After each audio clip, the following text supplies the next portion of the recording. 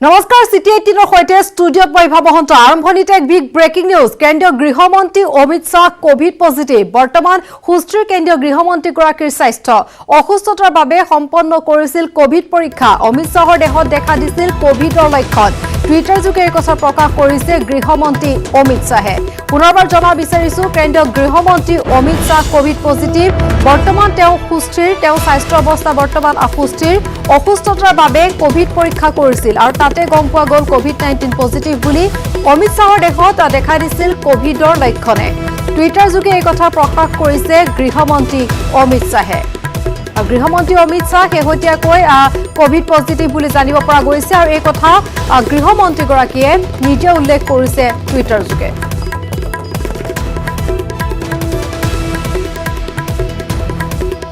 জ্যেষ্ঠ সাংবাদিক নীল ভট্টাচাৰ্য আছে আমাৰ সৈতে এই সন্দৰ্ভত আৰু অধিক তথ্য জনাবৰ বাবে নীল আৰু কি জনাব ইভা কেন্দ্ৰীয় অমিত শাহে কিছু সময়ৰ পূৰ্বে টুইটাৰ যোগে নিজৰ অফিচিয়েল টুইটাৰ হেণ্ডেলত টুইটাৰ যোগে জনাইছে যে তেখেতে প্ৰাৰম্ভিক যি কোভিডৰ লক্ষণ দেখা পোৱাৰ পিছত তেখেতে নিজেই কোভিড টেষ্ট কৰাইছিলে আৰু কোভিড টেষ্টৰ ফলাফল আজি আহিছে ফলাফলত তেখেত কোভিড পজিটিভ বুলি চিহ্নিত হৈছে আৰু সেই গতিকে তেখেতে ডক্টৰৰ লগত পৰামৰ্শ কৰিছিলে আৰু ডক্টৰসকলে তেখেতক হস্পিটেলাইজ ভৰ্তি হ'ব কৈছে তেখেতে টুইটাৰ যোগত কৈছিলে তেখেতৰ গাত কোনো মানে তেখেত সুস্থিৰ আৰু তেখেতে কোনো অসুবিধা অনুভৱ কৰা নাই আৰু লগতে এইটো অনুৰোধ কৰিছে যে যেহেতু তেখেতৰ সম্পৰ্কত বিগত এসপ্তাহ যিসকল ব্যক্তি আহিছে তেখেতসকলে যেন নিজেই আইচলেট কৰে আৰু আইচলেট কৰা হোৱাৰ পিছত তেখেতসকলে যেন নিজৰ কোভিড টেষ্ট কৰে আৰু লগতে এয়াও কম যে অমিতাভ বচ্চনৰ ফালৰ পৰাও এটা টুইট আহিছে অমিতাভ বচ্চনৰ টুইটৰ ফলতে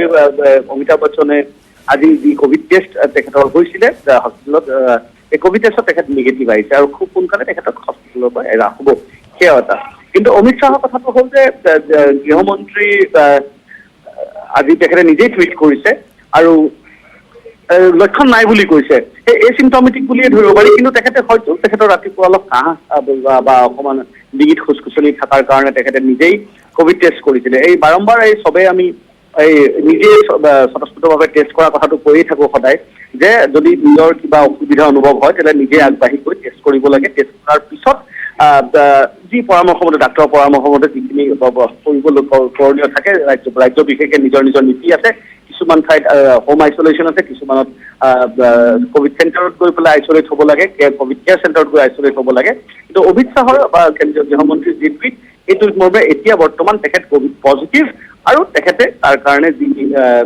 মেডিকেল গাইডেন্সৰ যি দৰকাৰ সেই তেখেতে লৈছে কিন্তু তেখেত সুস্থ হয় নীল ভট্টাচাৰ্য আপোনাক ধন্যবাদ জনাইছো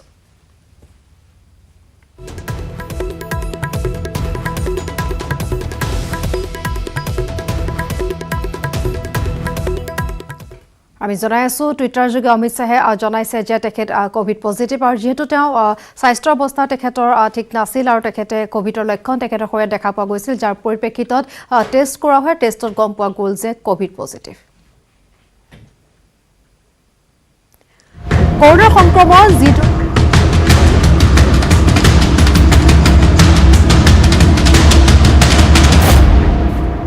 চাপে লব বিচাৰিছে শাসক বিৰোধীয়ে কৰোনা সন্দৰ্ভত প্ৰশ্ন কৰিলে তীব্ৰ কটাক্ষ বা নিক্ষেপ কৰে স্বাস্থ্যমন্ত্ৰী ডক্টৰ হিমন্ত বিশ্ব শৰ্মাই বিৰোধীৰ প্ৰশ্নৰ উত্তৰ দিবলৈ নাৰাজ মন্ত্ৰী হিমন্ত শেহতীয়াকৈ বিৰোধীক আক্ৰমণৰ লক্ষ্য কৰি মন্ত্ৰী হিমন্তই বিৰোধী পক্ষই কিয় আজিলৈকে মানুহক প্লাজমা দান আৰু মাস্ক পিন্ধিবলৈ আহ্বান জনোৱা নাই বুলিও প্ৰশ্ন কৰে বিৰোধীক একেকা দিবলৈ মুখ খজুৱাই আছে বুলি মন্তব্য কৰি বিধানসভাৰ অধিৱেশনলৈ অপেক্ষা কৰি আছে বুলি কটাক্ষ কৰে আৰু ইফালে বিৰোধী দলপতি দেৱব্ৰত শইকীয়াই উভতি ধৰিলে মন্ত্ৰী হিমন্তক বিধানসভা সন্দৰ্ভত কৰা মন্তব্যৰ বাবে হিমন্ত বিশ্বৰ বিৰুদ্ধে বিশেষ অধিকাৰ ভংগৰ অভিযোগো উত্থাপন কৰে বিৰোধী দলপতিজনে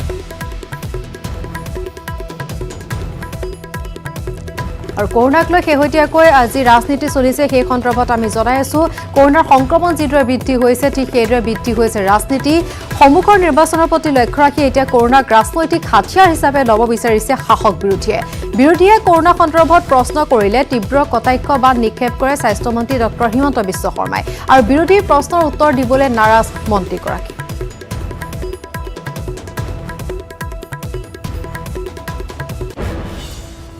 আমি সেইকাৰণে শব্দবোৰ কৈ আছো প্ৰভাইড এৰেঞ্জ প্ৰকিউট শব্দটো আমি কতো ইউজ কৰা নাই উইল বি প্ৰভাইডিং, উইল এৰেঞ্জিং।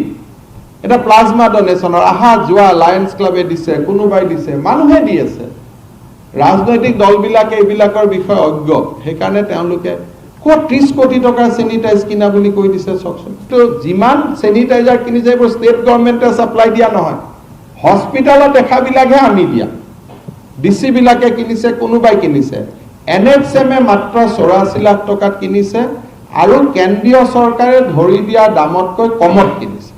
কেন্দ্ৰীয় চৰকাৰে যদি কৈছে যে 450 দাম, আমি 410 টকাত কিনিছো, আমি কমত কিনিছো। প্ৰথম ক'লে কৰোণা বেমাৰে নহয়, যিকেইটাই ক'লে গোটেইকেইটা হস্পিটেলত আহিলে।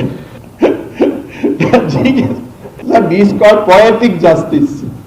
এইবিলাক নাজানে। আৰু মোৰ জীৱনত এনেকুৱা হোৱা নাই যে আমাৰ কোনোবাই আৰু এই বয়সত গৈ চেনিটাইজাৰৰ কোনোবাই পইচা খাব, এই কথা ভাবাটো ভুল ভাই। এই যদি কোনোবাই ভাবে যে 4 মাহ মই ৰাতি টোপনি ক্ষতি কৰি দিনে ৰাতিয়ে গোটেই আমাৰ টিমটোৱে কাম কৰি আছে আৰু চেনিটাইজাৰৰ 84 লাখ টকাৰ পৰা 5 লাখ টকা কমিশ্যন খাবৰ কাৰণে, এনেকুৱা যদি মানুহৰ ব্ৰেইন হয়, তাকতো ইয়াৰ পৰাই দীঘলীয়া নমস্কাৰ কৰিব লাগিব না। গোটেই প্ৰেমটো চেনিটাইজাৰ প্ৰেম, এইটো কি ধৰণৰ অদ্ভুত বস্তু।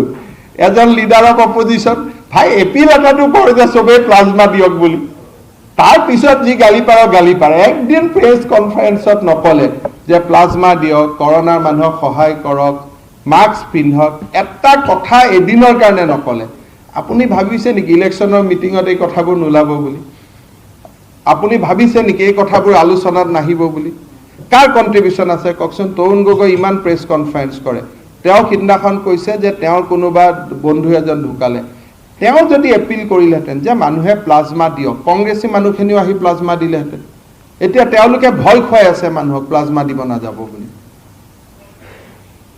গতিকে জীৱন ৰক্ষাত যাৰ অৱদান নাই, তাৰ এইটো বিষয়ৰ ওপৰত প্ৰশ্ন সোধাৰো নৈতিক অধিকাৰ নাই, কানুনী অধিকাৰ আছে।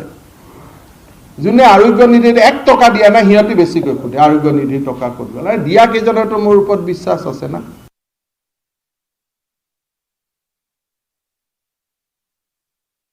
মইতো ৰখি আছো বিধানসভা হওক, মোৰ মুখখন খজুৱাই আছে। দুখটো হোৱা নাই নেকি? এনেকে অসমত মানুহ মৰিব বুলি কৈছিল, নমৰিলে। পিপি কিট নাই, নহল। মহেন্দ্ৰ মোহন পল চৌধুৰীৰ পিছত ক'ত এডমিশ্যন দিব, তাকে লৈ কিমান চিন্তা, কিমান মানুহক দুখী কৰি দিছো। চিন্তা কৰকচোন, ক'ৰ পৰা প্লাজমা পাব, ক'ৰ পৰা ICU পাব, ক'ৰ হস্পিটেল হ'ব, ইমান দুখী মানুহক মই জীৱনত দেখা নাই।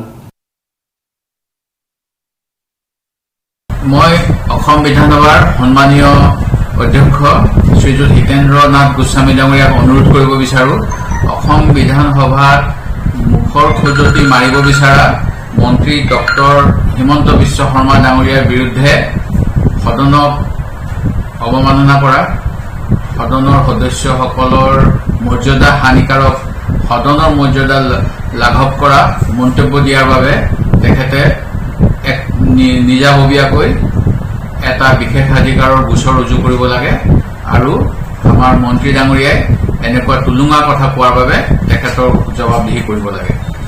আমাৰ যি বিধানসভা, এই বিধানসভাখন গণতন্ত্ৰৰ এটা অবিচ্ছেদ্য গুৰুত্বপূৰ্ণ অংগ আৰু ইয়াত আমি আমাৰ ৰাজ্যৰ জনগণৰ সুখ দুখৰ কথা আলোচনা কৰোঁ। কি কৰিলে আমাৰ জনগণৰ যি দুৰ্যোগ লাঘৱ কৰিব পাৰোঁ, তাৰ বাবে আমি বিৰোধী পক্ষই চৰকাৰৰ ওচৰত বিভিন্ন প্ৰস্তাৱ দাখিল কৰোঁ, আমি বিভিন্ন দাবী উত্থাপন কৰোঁ। আৰু যদি শাসকীয় পক্ষৰ এজন অতি উচ্চ শিক্ষিত নেতাই, যিজনৰ PhD আছে ৰাজনীতি বিজ্ঞানত, যিজন নিজে আইনৰ ডিগ্ৰীৰে তেখেতৰ আইনৰ ডিগ্ৰী আছে, তেনে এজন জনপ্ৰতিনিধি যিজনে 2001 চনৰ পৰা অসম বিধানসভাক প্ৰতিনিধিত্ব কৰি আহিছে, তেখেতে যদি কয় যে আমি তেখেতৰ মুখৰ জুৱলি মাৰিবলৈ অসম বিধানসভাৰ অধিৱেশনক তেখেতে ব্যৱহাৰ কৰিব বিচাৰে, ইয়াতকৈ আৰু সদন অৱমাননাৰ গুৰুত্বৰ কথা হ'ব নোৱাৰে। এতিয়া লকডাউন ঘোষণা হ'ল, সেইখিনি সময়ৰ পৰাই আমি বিৰোধী দলে ৰাইজক আহ্বান জনাইছো, আপোনালোকে চৰকাৰৰ নিয়ম মানি ঘৰত থাকক। আমি মাস্ক বিলাইছো, চেনিটাইজাৰ বিলাইছো। ইয়াৰ পিছতো এনেকৈ তেখেতে বিৰোধী দলে একো কৰা দেখা নাই। এইটো তেখেতে কি চকুৰে চাইছে মই নাজানো। এই ক্ষেত্ৰত আমাৰ পুনৰবাৰ বিৰোধীসকলক সমালোচনা কৰিছে যে বিৰোধীয়ে এবাৰো প্লাজমা দানৰ কথা কোৱা নাই।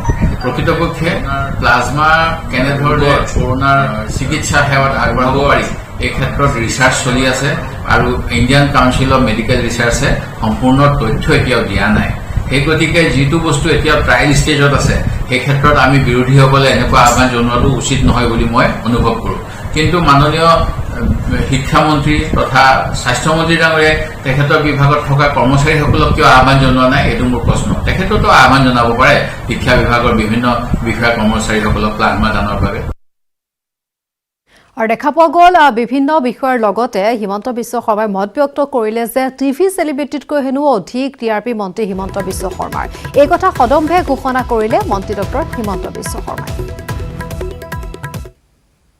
মই একোটা টুইট দিলে অসমৰ দৰে জেগাত 1600-1800 মানুহে পঢ়ে এটা ফেচবুক দিলে 20,000 মানুহে পঢ়ে এটা এই প্ৰেছ কনফাৰেন্সখনে উঠি গৈ চাব 2 লাখ মানুহে চাই আছে আপোনালোকৰতো টিভি পেপাৰ সবৰে টিআৰপি মোৰ ফেচবুক টুইটাৰ আণ্ডাৰ ডাউন হৈ গৈছে কোনে দুখ নকৰিব কওক এটা সব দুখত থাকিবই নহয় হয় নহয় 2 লাখ মানুহে মোৰ টুইটাৰত যোগ হৈছে মাত্ৰ যোৱা 1.5 মাহত কিন্তু অসমৰ দৰে সৰু ষ্টেটত কি আপোনালোকে কলা শিল্পী নাম কৈ থাকে সবতকৈ মোৰ ঘোঁৰা আগত দৌৰি আছে সেইটো দুখটো পাবই না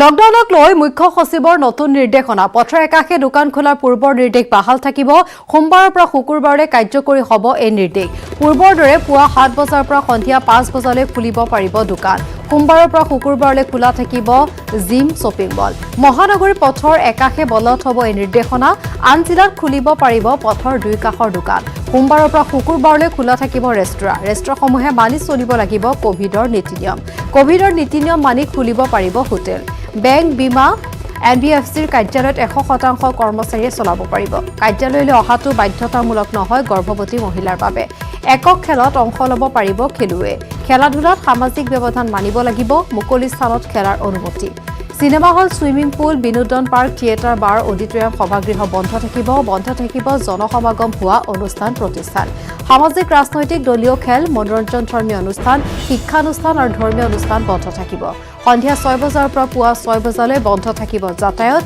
শনিবাৰ আৰু দেওবাৰে ৰাজ্যজুৰি লকডাউন অব্যাহত 65 বছৰৰ ওপৰৰ লোক আৰু 10 বছৰৰ তলৰ শিশু বাহিৰলৈ ওলাব নোৱাৰিব ৰাজহুৱা স্থানত মাস্ক পিন্ধাটো বাধ্যতামূলক কৰ্মস্থান আৰু যাতায়াতৰ সময়তো পিন্ধিব লাগিব মাস্ক এই নিৰ্দেশ অমান্য কৰাসকলক 1000 টকাৰ জৰিমনা বিহা হ'ব আৰু নতুন নীতি নিৰ্দেশনা সন্দৰ্ভত আমি অধিক জানিবৰ বাবে পোনপটীয়াকৈ সংযুক্ত হৈছো আমাৰ সাংবাদিক ঋত্বিক কৌশিকৰ সৈতে ঋত্বিক আপোনাৰ কাষলৈ আহিছো ইতিমধ্যে যিসমূহ নতুন নীতি নিৰ্দেশনা 14 আগষ্টলৈকে বাহাল থাকিব বুলি কোৱা হৈছে সেই সন্দৰ্ভত আমাৰ দৰ্শকক আমি জনাইছো আৰু এই সন্দৰ্ভত আৰু কি খবৰ আপুনি দিব বিচাৰিব নতুন কিবা তথ্য আছে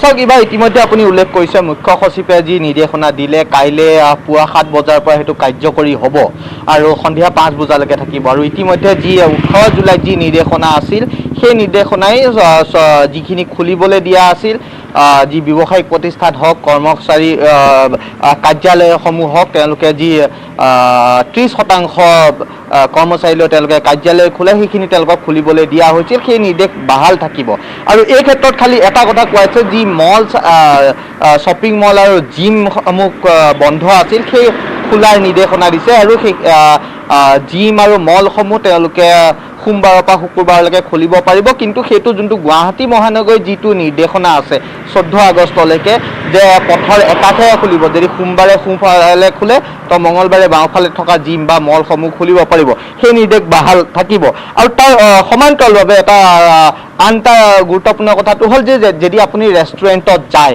আপুনি যদি কেতিয়াবা ভাবে যে আপুনি চাইনিজ কিবা খাব বিচাৰে বা আপুনি বেলেগ ধৰণৰ খাদ্য ঘৰত নাখাই খাব বিচাৰে তেন্তে আজিৰ কাইলৈৰ পৰা আপোনালোকে সোমবাৰৰ পৰা শুকুৰবাৰৰ ভিতৰত ৰেষ্টুৰেণ্টত খাবলৈ যাবলৈ পাৰিব কিন্তু তাতো আপোনাৰ যি ছ'চিয়েল ডিষ্টেঞ্চিঙৰ কথা আছে বা যিখিনি স্বাস্থ্য বিভাগে নিৰ্দেশনা আছে সেই নিৰ্দেশনাখিনি আপুনি মানিব লাগিব, চেনিটাইজ হ'ব লাগিব আৰু ৰাজহুৱা স্থানত মাস্ক পৰিধান কৰাটো বাধ্যতামূলক বুলি মুখ্য সচিবে সেই নিৰ্দেশনা দিছে। তাৰ সমান্তৰালভাৱে জিম আৰু মল যিখন গুৱাহাটী মহানগৰী বাদ দি ৰাজ্যৰ আন স্থানত তেওঁলোকে সকলো সময়তে খুলিব পাৰিব সোমবাৰৰ পৰা শুকুৰবাৰলৈকে, যেতিয়া 14 আগষ্টলৈকে যি কাৰফিউ আছে ৰাতিপুৱা 7টা বজাৰ পৰা সন্ধিয়া 5টালৈকে খুলিব পাৰিব। তাৰপিছত কাৰফিউত তেওঁলোকে খুলিব নোৱাৰিব। আৰু তেওঁ আন এটা কথা কৈছে যে ইণ্টাৰ ডিষ্ট্ৰিক্ট মুভমেণ্ট যিটো আপুনি যদি গুৱাহাটীৰ পৰা বেলেগ জিলালৈ যায় বা বেলেগ জিলাৰ পৰা বেলেগ জিলালৈ যাব আছে, আপুনি সপ্তাহটোৰ প্ৰথম 2টা দিন সোমবাৰ আৰু মঙলবাৰলৈকে যাব পাৰিব। সেই দুটাত কোনো পাছ বা কোনো এপ্ৰুভেল নালাগে, আপোনালোকে অহা যোৱা কৰিব পাৰিব। কিন্তু এই সপ্তাহৰ প্ৰথম 2টা দিন তাত অহা যোৱা কৰিব পাৰিব। আনহাতে cinema hall, swimming pool, entertainment park, theatre, bars, auditoriums, assembly halls আৰু তেনেধৰণৰ য'ত ৰাজহুৱাভাৱে বহু লোক সমাগম হয় সেইখিনি এতিয়াও বন্ধ হৈ থাকিব। আনহাতে যি সামাজিক হওক, ৰাজনৈতিক হওক, খেল হওক, এণ্টাৰটেইনমেণ্ট, একাডেমিক, ৰিলিজিয়াছ ফাংচন য'ত বহু লোক সমাগম হয় সেই স্থান এতিয়াও খুলিবলৈ অনুমতি দিয়া নাই। আৰু সন্ধিয়া 6 বজাৰ পৰা ৰাতিপুৱা 6টা বজালৈকে কোনো লোকক ৰাস্তাত মুভমেণ্ট কৰাৰ নিৰ্দেশ দিয়া নাই। সেইটো সমগ্ৰ অসমতে এইটো বাহাল থাকিব। তাৰ সমান্তৰালভাৱে আৰু হয় ঋতিক কৌশিক, এই মুহূৰ্তে আপোনাক ধন্যবাদ জনাইছোঁ। আৰু এয়া আছিলে শেহতীয়া যিসমূহ নীতি নিৰ্দেশনা ইতিমধ্যে জাৰি কৰা হৈছে। আৰু আমি জনাইছোঁ যে কেন্দ্ৰৰ ফালৰ পৰা যি নীতি নিৰ্দেশনা জাৰি কৰা হৈছিল তাৰ পিছত ৰাজ্য চৰকাৰৰ ফালৰ পৰা পুনৰ নতুনকৈ নীতি নিৰ্দেশনা জাৰি কৰা হৈছে, য'ত দেখা পোৱা গৈছে কেইটামান দিশত কেন্দ্ৰৰ সৈতে পাৰ্থক্য আছে আৰু গুৱাহাটী মহানগৰীৰ ক্ষেত্ৰতো কিছু পাৰ্থক্য আছে। আমি জনাইছোঁ পথৰ একাষে দোকান খোলাৰ বিষয়টো গুৱাহাটী মহানগৰীত প্ৰযোজ্য, কিন্তু ৰাজ্যৰ অন্য প্ৰান্তত পথৰ দুই কাষে খুলিব পাৰিব। ঠিক তেনেদৰে যিহেতু কেন্দ্ৰীয় চৰকাৰৰ নিৰ্দেশনাত সান্ধ্য আইন উঠাই দিয়াৰ কথা কোৱা হৈছে, কিন্তু অসমৰ ক্ষেত্ৰত এই সান্ধ্য আইন বাহাল থাকিব বুলি কোৱা হৈছে 14 আগষ্টত। আৰু খবৰ অব্যাহত থাকিব। সময় হৈছে এটা বিৰতিৰ।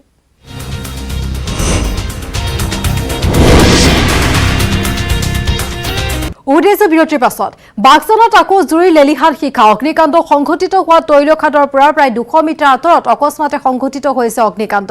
পথাৰৰ মাজত গোট খোৱা কণ্ডেনছেট তেলত অকস্মাতে জুইৰ লেলিহান শিখাই চালি ধৰে। কিদৰে অগ্নিকাণ্ড সংঘটিত হ'বলৈ পালে সেই সম্পৰ্কে বৰ্তমানলৈকে জানিব পৰা হোৱা নাই। এই বিধ্বংসী জুইৰ লেলিহান শিখাই পুনৰ আতংকিত কৰিছে বাগজানবাসীক। পুনৰবাৰ জনাব বিচাৰিছোঁ, বাগজানত পুনৰ সংঘটিত হৈছে অগ্নিকাণ্ড। বাগজানত জুই লেলিহান শিখা দেখা পোৱা গৈছে। অগ্নিকাণ্ড সংঘটিত হোৱা তৈলখাদৰ পৰা 200 মিটাৰ আঁতৰত অকস্মাতে সংঘটিত হৈছে এই অগ্নিকাণ্ড। পথাৰৰ মাজত গোট খোৱা কণ্ডেনছেট তেলত অকস্মাতে জুই লেলিহান শিখাই চানি ধৰে। কিদৰে অগ্নিকাণ্ড সংঘটিত হ'বলৈ পালে সেই সম্পৰ্কে বৰ্তমানলৈকে জানিব পৰা হোৱা নাই। বিধ্বংসী জুইৰ লেলিহান শিখাই পুনৰ এতিয়া আতংকিত কৰি তুলিছে বাগজানবাসীক।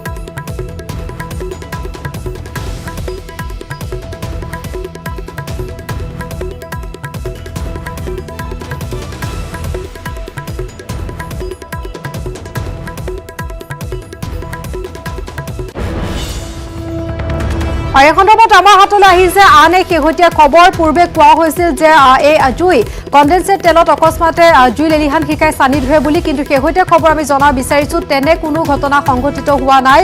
কোনো লোকেহে এই অগ্নিকাণ্ড সংঘটিত কৰিছে বুলি জানিব পৰা গৈছে। কোনো লোকে এই জুই লগাই দিছে, যাৰ ফলত আমি দেখুৱাইছোঁ কিদৰে জুই লেলিহান শিখাই পুনৰ আগুৰি ধৰিছে এই অঞ্চলটো। বাগজান তৈলখাদৰ পৰা য'ত অগ্নিকাণ্ড পূৰ্বে সংঘটিত হৈছিল তাৰ পৰা 200 মিটাৰ আঁতৰত এই অগ্নিকাণ্ড সংঘটিত হৈছে।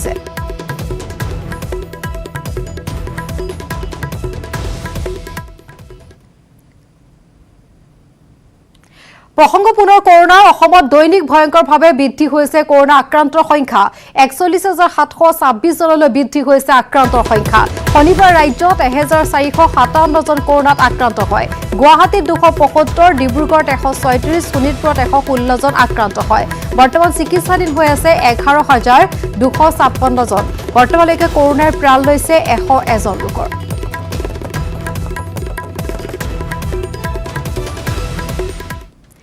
নগাঁও জিলাৰ কঠিয়াতলী খণ্ডৰ প্ৰাথমিক স্বাস্থ্য কেন্দ্ৰত চিকিৎসকসহ 4 গৰাকীৰ দেহত কোভিড-19ৰ অৱস্থিতি ধৰা পৰিছে। 4জন লোকৰ ভিতৰত এগৰাকী চিকিৎসক আৰু দুগৰাকী কঠিয়াতলী খণ্ডৰ প্ৰাথমিক স্বাস্থ্য কেন্দ্ৰৰ কৰ্মচাৰী। আনগৰাকী হৈছে কোভিড আক্ৰান্ত চিকিৎসকগৰাকীৰ গাড়ী চালক। আক্ৰান্ত 4 গৰাকী হৈছে doctor Plabita Sharma, nurse Anamika Kurmi, laboratory সহায়ক ৰাজু বৰা, চালক অজিত চন্দ্ৰ শৰ্মা। বৰ্তমান সমগ্ৰ স্বাস্থ্য কেন্দ্ৰখন সাময়িকভাৱে বন্ধ ৰাখিব বুলি জানিবলৈ দিয়ে মহকুমা স্বাস্থ্য বিষয়া ৰমেন বেজবৰুৱাই। আৰু ইফালে চিকিৎসালয়খনত চিকিৎসকৰ লগতে কৰ্মচাৰী দেহত কোভিড-19ৰ উপস্থিতি ধৰা পৰাৰ লগে লগে আতংকিত হৈ পৰিছে কঠিয়াতলী অঞ্চলৰ লোক। যিগৰাকী চিকিৎসকৰ দেহত কোভিড পজিটিভ ধৰা পৰিছে তেওঁ কালিলৈকে চিকিৎসা কেন্দ্ৰত ৰোগীক চিকিৎসা সেৱা আগবঢ়াই আছিল। ইয়াকে লৈ অধিক শংকাত ভুগিছে স্থানীয় লোক। এইজন ব্যক্তিৰ দেহত পজিটিভ ধৰা পৰিছে আৰু সেইকাৰণে আমি বৰ্তমান হস্পিটেলখন মানে খন্তেকভাৱে আমি স্থগিত কৰিছোঁ জইণ্ট ডাইৰেক্টৰ ছাৰৰ নিৰ্দেশ মৰ্মে। কাইলৈ আমি চেনিটাইজ কৰাৰ পিছত আকৌ হস্পিটেলখন পুনৰ আৰম্ভ কৰিম। চাৰিজনৰ দেহত ওলাইছে নেকি? এজন বাহিৰা মানুহ, 3জন আমাৰ হস্পিটেলৰ মানুহ।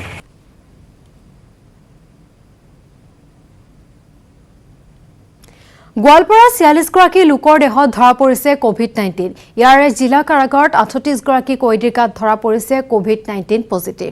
গণসংক্ৰমণৰ আশংকাত এতিয়া আতংকিত হৈ পৰিছে কয়দীসকল।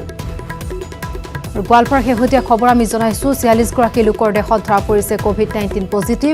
ইয়াৰে জিলা কাৰাগাৰত 38 গৰাকী কয়দীৰ গাত ধৰা পৰিছে পজিটিভ। গণসংক্ৰমণৰ আশংকাত এতিয়া আতংকিত হৈ পৰিছে কয়দীসকল।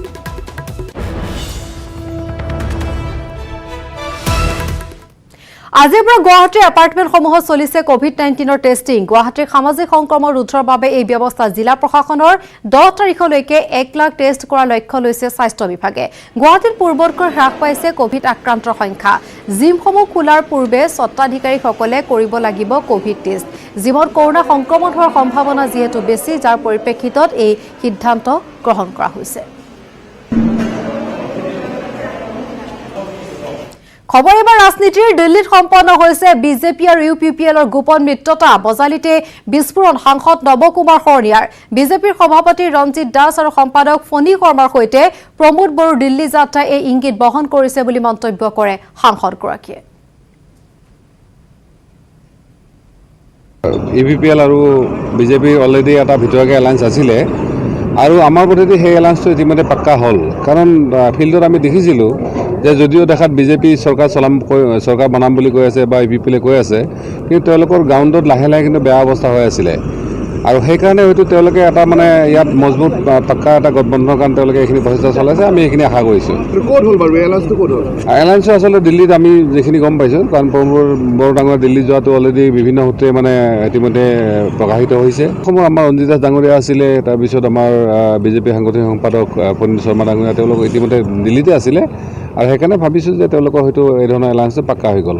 অৱস্থা কি অলৰেডি হেগামা যদিও তেওঁলোকৰ আছে গোপন এলায়েন্সটো, মই ভাবোঁ এতিয়াও আছে। আজিৰ দিনত হাগ্ৰামা বিজেপি UPPL এতিয়াও মুদ্ৰা ইপিটি হৈ আছে। আৰু হাগ্ৰামা মহিলাই জানো যে যদি বিজেপিলৈ এলায়েন্স নাথাকে তেওঁ কিন্তু কালি হয়তো জেলত মানে যাবলগীয়া অৱস্থা হ'ব পাৰে। এইবাৰ BTC চৰকাৰ গণসংখ্যা পাৰ্টি হ'ব, তাত কোনো সন্দেহ নাই। আমি এইবাৰ চৰকাৰ বনাম আৰু আপোনালোকে চাব যে হাতে যাতে চিট লৈ আমি চৰকাৰ বনাম। পাঠশালাত বীৰ শ্বহীদ প্ৰণয় কলিতালৈ ৰাজহুৱা শ্ৰদ্ধাঞ্জলি। শনিবাৰে সন্ধিয়া পাঠশালাত বিভিন্ন দল সংগঠনে বন্তি জ্বলাই শ্ৰদ্ধাঞ্জলি নিবেদন কৰে।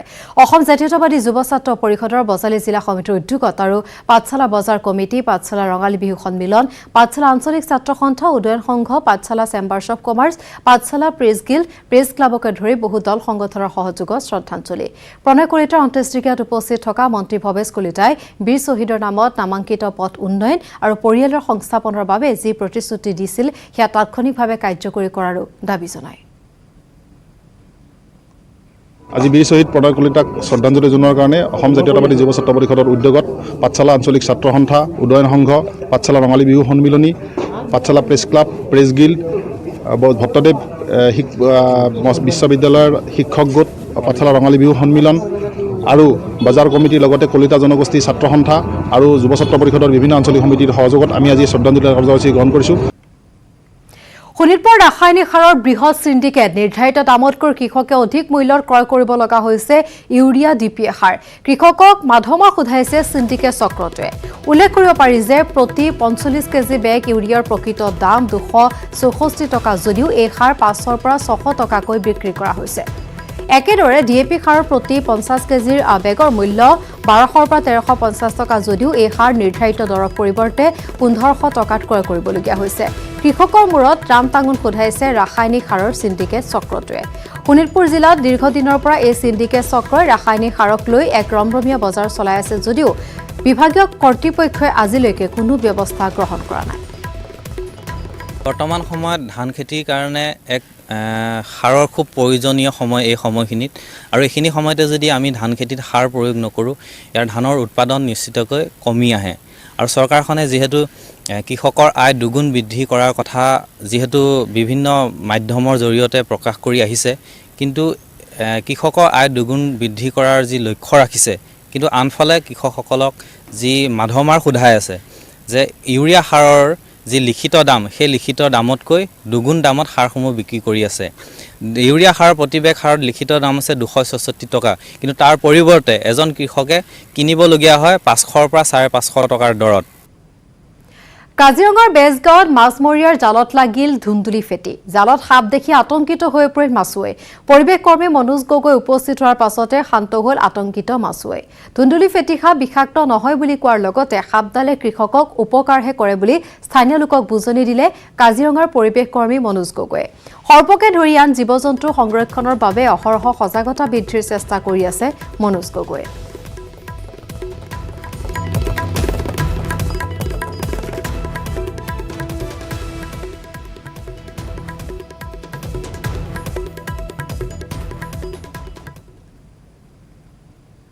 খাদ্যৰ সন্ধানতে আচলতে তেওঁলোকে এইবোৰ ওলাই আহিছে বা মানুহৰ ঘৰৰ ভিতৰে বাহিৰে সোমাইছে গতিকে অকল সাপেই নহয় বিভিন্ন জীৱ-জন্তুৰ মানে খবৰ আহিছে গতিকে মই এটাই ক'ম যে এই সৰীসৃপৰ ক্ষেত্ৰত আমি অলপ সাৱধানতা অৱলম্বন কৰিব লাগিব আৰু আমাৰ ঘৰৰ চৌপাশটো আচলতে চাফ চিকুণ কৰি ৰাখিব লাগিব আৰু ৰাতি বিয়লি যেতিয়া ওলাই আহে তেতিয়া মানুহ তেওঁলোকে হাতত যাতে টৰ্চ লৈ ওলাই আহে বা শুওঁতে সদায় আঁঠুৱা ব্যৱহাৰ কৰে এইখিনি আচলতে সজাগ ল'ব লাগিব কাজিৰঙাত উদ্ধাৰ হ'ল এটা অসহায় গড়পোৱালি 7দিনীয়া গড়পোৱালিটো কাজিৰঙাৰ দাঁতিকাষৰীয়া লখুৰাখনীয়া গাঁৱত আশ্ৰয় লৈ আছিল ব্যস্ততা বাঢ়িছে প্ৰকৃতিপ্ৰেমী মনোজ গগৈ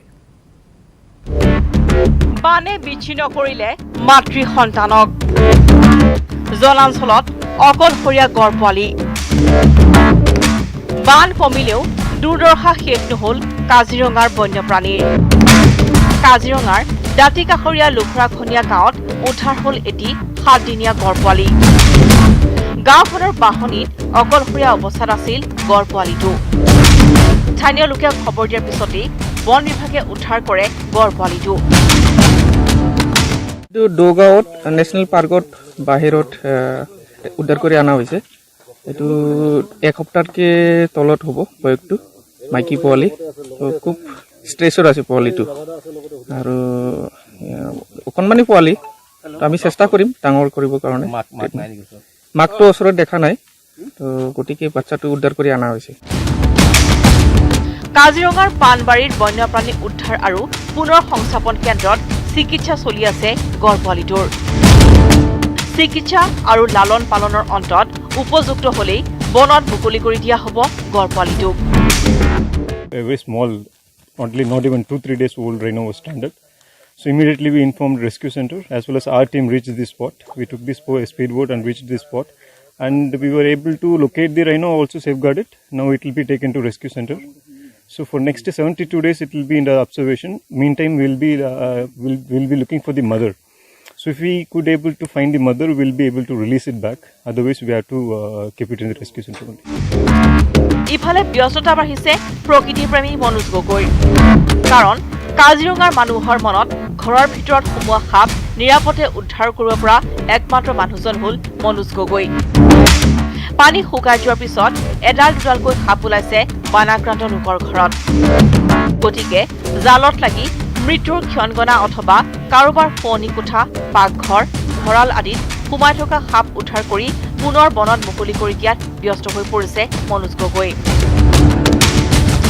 ইয়াৰ উপৰিও বানৰ মাজত মনোজে উদ্ধাৰ কৰি অনা মাতৃৰ পৰা বিচ্ছিন্ন হৈ পৰা পাৰঘুমা, কুকলুঙা, বগলী আদি চৰাই পোৱালিও ক্ৰমে সুস্থ হৈ উঠিছে মনোজৰ আপডালৰ মাজত। কাজিৰঙাৰ পৰা বিতুপন বৰাৰ report, news 18 Assam north east. আৰু যেতিয়া খবৰ অব্যাহত থাকিব এটা বিৰতিৰ পাছত।